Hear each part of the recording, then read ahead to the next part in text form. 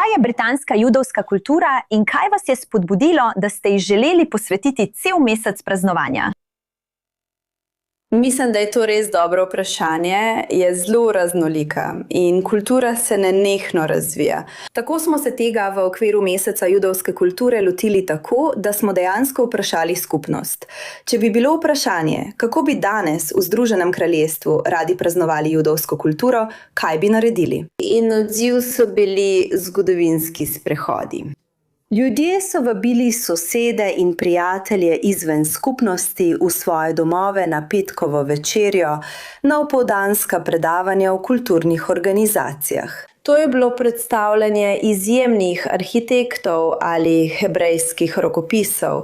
Je tako raznoliko. In mislim, da je to res najpomembnejši del meseca judovske kulture. Ni nekaj, kar bi lahko dali v škatlo.